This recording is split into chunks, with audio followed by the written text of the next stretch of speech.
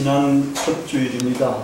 오늘 제가 감히 나라를 새롭게 하자라는 성경의 말씀을 주제로 삼아서 설교를 하려고 합니다. 여러분에게 귀한 은혜와 도전이 되기를 바랍니다. 한 번은 이제 공자 선생님께서 제자들과 함께 수레를 타고 태산을 이제 지나가고 있는데 거기서 어떤 그 여인의 통곡 소리가 막 들리는 거예요. 섬찟하잖아요. 산속에서 그냥 여인의 통곡 소리가 막 들리니까. 그래서 어떻게 된 일인가 해서 이제 제자들과 함께 가봤습니다. 그래가지고 제자를 시켜서 물어보니까 그 여인이 하는 말이 얼마 전에는 시아버지가 호랑이한테 물려 돌아가셨다는 거예요. 그리고 또 얼마 전에는 자기 남편이 호랑이한테 잡혀먹었다. 그리고 이제 엊그제는 자기 아들까지도 호랑이한테 물려 죽었다는 겁니다. 그래서 이제 이상하잖아요. 아니 시아버지가 돌아가셨을 때 왜 도시로 안 나가고 여기 계속 있다가 그렇게 호환을 당합니까? 그랬더니 그 여인이 하는 말이 아니 도시로 나가면은 그 가정 때문에, 가정이라는 것이 가혹한 정치, 아주 험악한 그런 정치 때문에 거기 나가기가 두려워서 여기에 머물러 있었다는 거예요. 그러니까 이제 공자 선생님이 하시는 말씀이 가정이 맹어호다. 가정 맹어호. 말하자면은 이 가렴주구하는 그런 혹독하고 막 이런 힘들게 하는 정치가 호랭이보다 더 이제 위험한 존재다. 이런 이야기를 했다는 겁니다. 이제 지금 이제 성균관대학의 유학대학장인 그분이 하시는 말씀이 이걸 소개하면서 지금 우리나라도 현대판 21세기에 가정맹호가 있다. 뭐냐 그랬더니 아니 이렇게 여름에 혹독하게 폭염이 막 쏟아진 이런 더위 속에서도 전기요금 누진제 때문에 국민들이 마음 놓고 에어컨을 사용하지 못하게 하는 것이야말로 21세기의 가정맹호가 아니냐, 이런 식으로 이야기를 하더라고요. 상당히 설득력이 있는 것 같아요. 그리고 우리나라만이 아니고, 우리나라 이건 작은 거죠. 이것보다 더 혹독하게 정치를 하는 나라들, 독재 국가들이 사실은 많이 있습니다. 여러 곳에. 그래 이런 나라들은 사실은 국민들이 새롭게 만들어야 됩니다. 새롭게 만들어서 국태민안하게, 나라가 태평하고 국민이 평안하게 살 수 있는 그런 나라로 만들어가는 것이 사실은 국민들이 해야 할 일이라고 할 수가 있습니다. 오늘 우리가 읽은 본문 말씀을 보면은 사무엘 선지자가 사사이기도 한데 이스라엘 첫 번째 왕 사울을 세우는 그런 장면이 나오고 있습니다. 그러면서 이제 백성들을 모아가지고 우리가 나라를 새롭게 하자, 이렇게 촉구하고 있습니다. 근데 이 사무엘은 그 얼마 전에 7장에 보면은 미스바에 사람들, 이스라엘 백성들을 불러모읍니다. 그래가지고 거기서 뭐 하는가 하면 회개의 운동을 전개를 하는 거예요. 이스라엘 백성들이 하나님을 믿는다고 하지만, 여러분들이 하나님을 믿는다고 하지만 아직도 우상을 숭배하고 잘못된 일들을 행하고 이런 일들을 많이 행한다는 거예요. 그래가지고 불러 모아가지고 이제는 회개운동부터 먼저 시킵니다. 말하자면 민족적인 대각성운동을 전개하는데 여기서 이제 우상을 다 타파하는 겁니다. 하나님을 더 잘 섬기고 하나님보다 더 중요하게 여기는 것, 하나님의 명령을 나무리 여기는 것, 모든 것들을 격파하는 겁니다. 그리고 하나님을 제일로 섬기도록 해라. 말하자면 나 외에 다른 신을 내게 있게 하지 말지니라 하는 십계명의 첫 번째 계명, 이것이 그들의 삶 속에, 이스라엘 백성들의 삶 속에 이루어질 수 있게 이렇게 했다라는 겁니다. 이렇게 회개의 대운동이 일어나고 하나님 제일주의로 사는 삶, 하나님 외에는 다른 신이 없는 이런 삶을 살 수 있게끔 한 후에 이제 사무엘은 원래는 하나님이 직접 이렇게 통치하는 게 제일 좋은 건데 이스라엘 백성들은 임금을 세워달라, 왕을 세워달라 막 이렇게 이제 하니까 하나님이 또 이제 기도를 잘 들어주시는 분 아니에요. 그래서 이제 처음에는 안 들어주셨지만 그 다음에는 들어주셔가지고 그러면 왕을 한번 세워봐라 해가지고 이제 사무엘을 세우게 됩니다. 말하자면 이제 정말 종교인들이 대각성운동을 하고 외계를 한 이후에 나라를 새롭게 하는 일에 헌신을 한 것이 오늘 본문 말씀에 나오고 있습니다. 이게 우리 지금 개신교인들이 생각하는 것하고는 상당히 거리가 멀잖아요. 우리 개신교인들은 뭐 나라까지 생각할 게 뭐 있냐 말이야. 마찬가지 우리들도 나라가 뭐 무슨 상관이냐, 내 앞가림도 못하고 뭐 내 삶도 이렇게 형편없는 삶을 사는데 나라가 무슨 나라냐 말이야, 뭐 이런 생각을 할 수 있을지도 모릅니다만은 원래 개신교는 원래 성서 종교는 종교와 정치가 하나가 된 그런 것입니다. 그런데 이제 역사에 여러 가지 이제 발전적인 이런 면도 있고 우여곡절도 있고 해서 이제 종교와 정치가 분리가 되기 시작했고, 그리고 이제 종교 정치가 분리되는 것이 아예 원리가 돼, 원칙이 돼 가지고 지금 이제 이 현대까지 내려오게 됐습니다. 우리 로마 역사를 보더라도 기독교가 처음에는 박해를 받다가 나중에는 국교로까지 인정이 되고 그러면서 점점 더 권세가 세워지게 됐습니다. 그래가지고서는 나중에 교황이 왕들을 파문하면은 왕들이 쩔쩔댈 정도까지 이렇게 되게 됐던 거예요. 그리고 여러분이 유명한 카노사의 굴욕이라는 이런 뭐 역사적인 사건도 아시는 분은 아시겠습니다만은 신성로마 제국의 황제 하인리히 4세가 이제 교황하고 마음이 안 맞았는데 교황이 그거를 이제 파문을 시킨 겁니다. 이 파문이 되니까 막 이제 여러 가지 이제 제후들도 이 황제를 갈구기 시작하고 막 이렇게 되니까 이게 힘이 없어지니까 어떻게 했는가 하면 결국은 카노사에 가가지고 거기서 밤새 눈이 오고 막 추운데 맨발로 땀을 찌새면서 교황한테다가 용서를 빌 정도까지 된 거예요. 그게 이제 용서를 해줘가지고 결국은 이제 이렇게 이제 신성 로마 제국이 이 사람이 이제 또 황제로 남아 있었습니다만은 그러니까 마음속에 응어리가 있을 거 아니에요. 두고 보자. 이래가지고 이제 정치적으로 점점 이제 제후들 하나씩 이제 공략해가면서 다 또 정보를 하게 됩니다. 해가지고 권력을 장악한 이후에 결국은 이제 교황까지도 갈아치우는 거예요.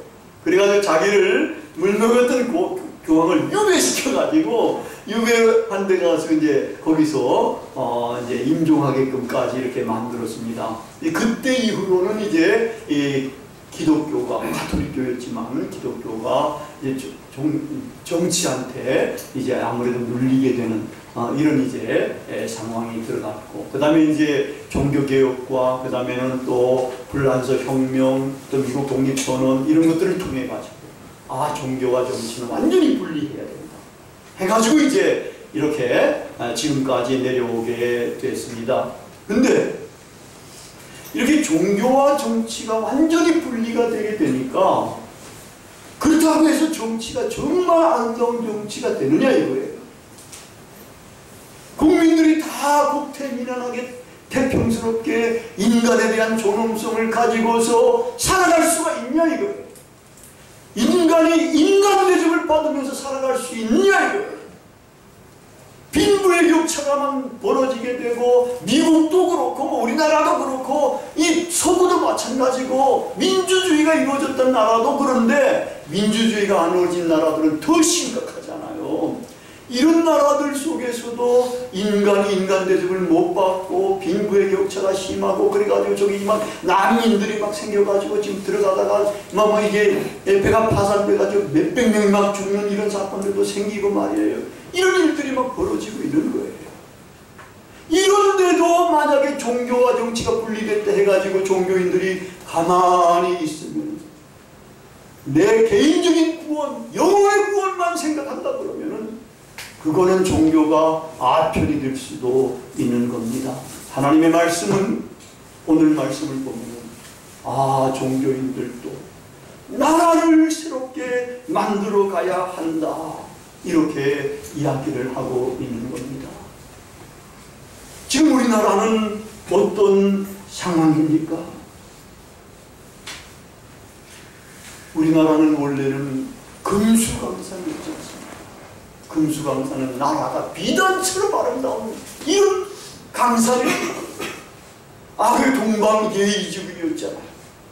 이런 나라인데 지금 보면 어떤 나라가 되어 있는 것 같아요?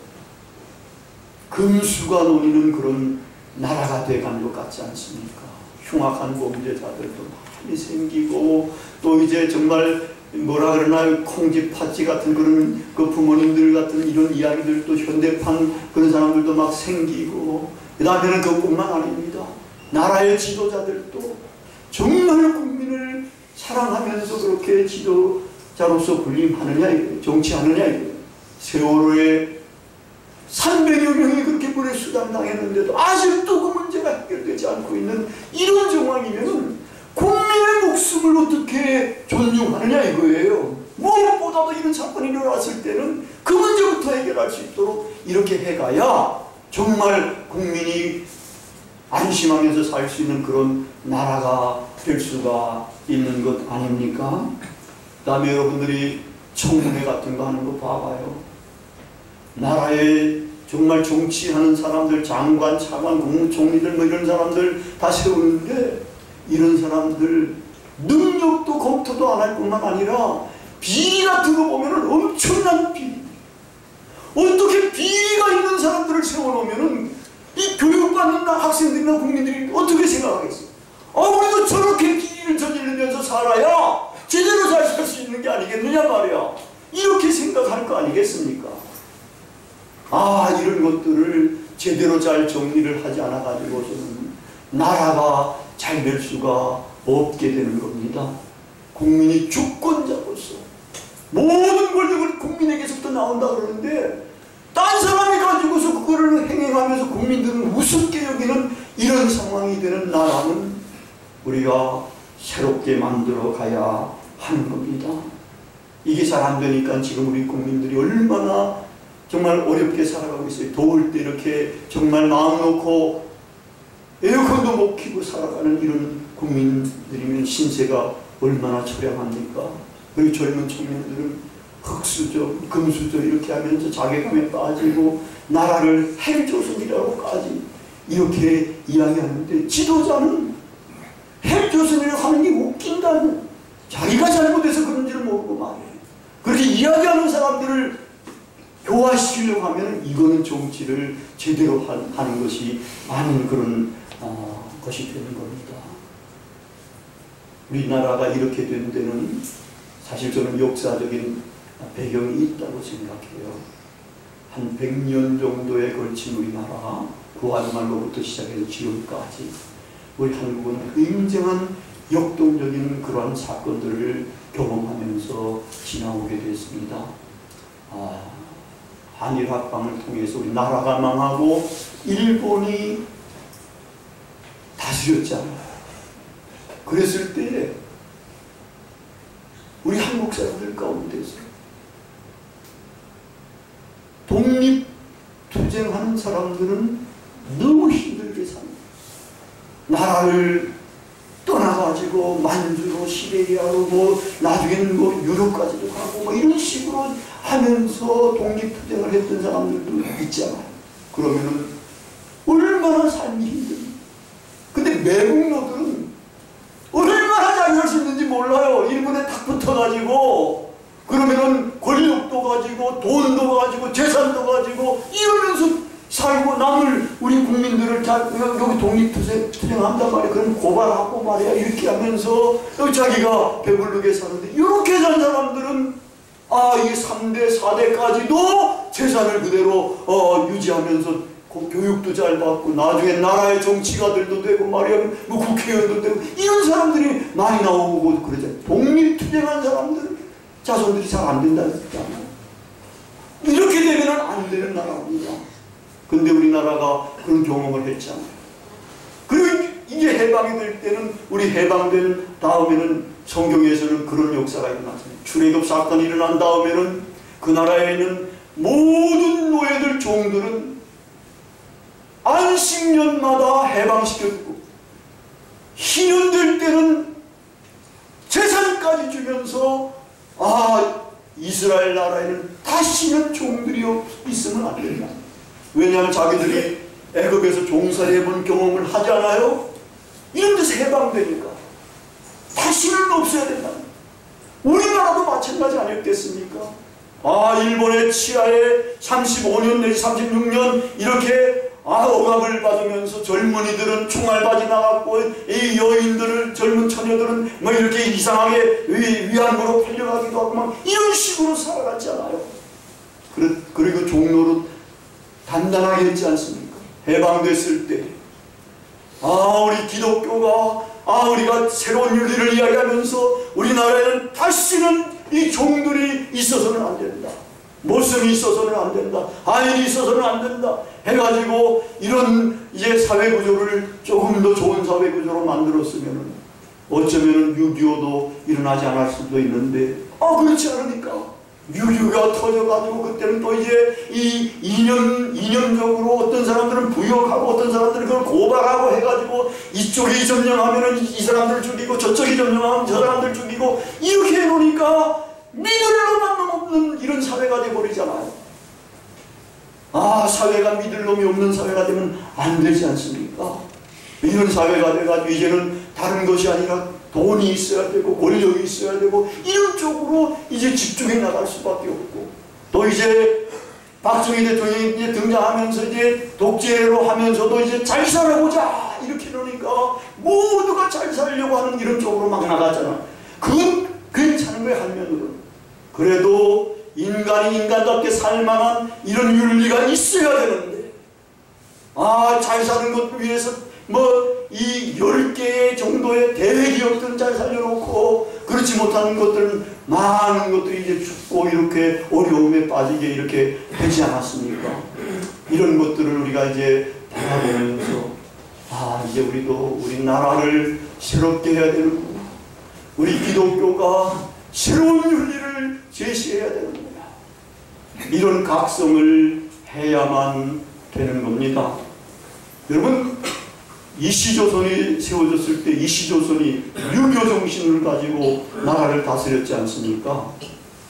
그런데 제가 4월달 초에 여기다가 이제 서울 사대문하고 한각 보신각 이걸 이제 보여드리면서 우리 그 당시에 이시조선은 유교의 5대 덕목을 가지고 나라를 다스리려고 대문들도 전부 다 흥인지문, 숭례문, 그 다음에 돈의문, 숙정문 해가지고 인의예지 신 보신가까지 이렇게 해서 이 인의예지 신 5가지의 덕목을 가지고 나라를 다스리려고 했다. 그래가지고 이것이 나라를 그래도 다스려가지고 한 500년은 지탱이 된 거 아닙니까? 500년 지탱된 건 그래도 대단한 거거든요. 근데 우리 지금 현재는 이 유교의 이런 것 가지고는 이제 시대적인 이제 변화 때문에 다시는 유교 정신으로 돌아갈 수는 없지 않습니까? 그렇다면 우리 기독교가 새로운 윤리 덕목들을 이렇게 내세워야 나라가 잘 될 수가 있고 사회가 괜찮아질 수 있고 교회도 좋아질 수가 있고 개인도 다 행복할 수가 있게 되는데 아직 이런 윤리덕목을 내세우는 이런 기독교 흐름이 별로 없는 것 같아요. 그래서 제가 여기서 오늘 이렇게 광복절을 기념하는 이런 얘기에서 우리부터도 이런 것들을 시작해야 됩니다. 정말 기독교가 이제는 새로운 윤리덕목을 내세워야 됩니다.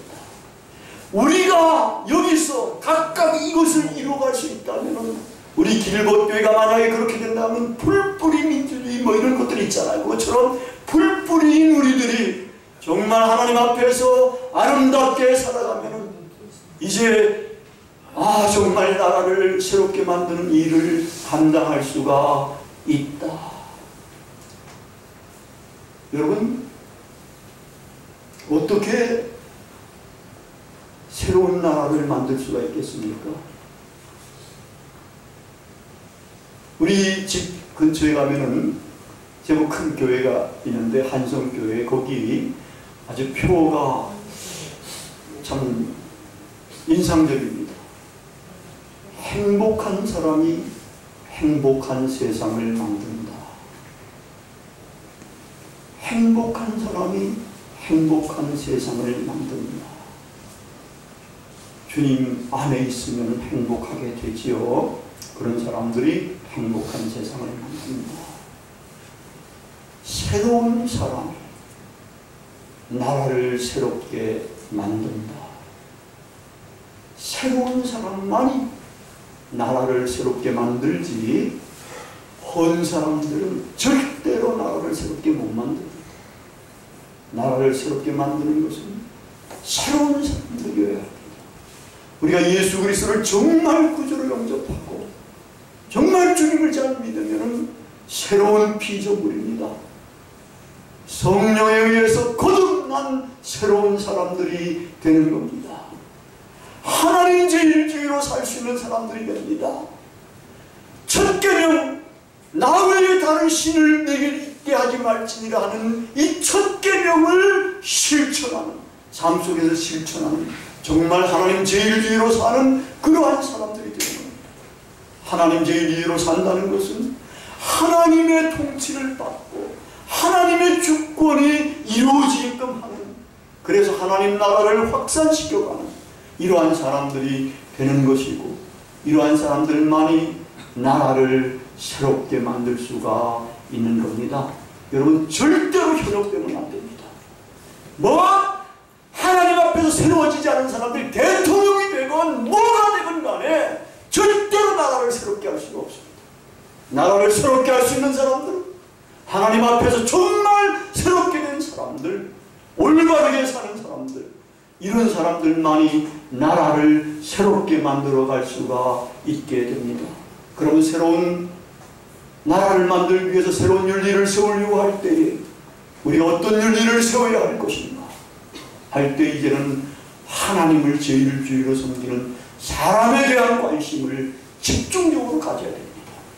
인간에 대한 존엄, 인간에 대한 사랑, 인간에 대한 권리 옹호, 인간의 생명 존중하는, 인간을 인간답게 대우하는, 사람답게 살 수 있는 그러한 윤리를 가지고서 우리가 서로를 사랑하면서, 서로를 격려하면서, 서로를 도와가면서 이렇게 살아가게 될 때에 이 나라가 점점 좋아질 수가 있게 되고 우리의 삶도 좋아질 수가 있게 되는 겁니다.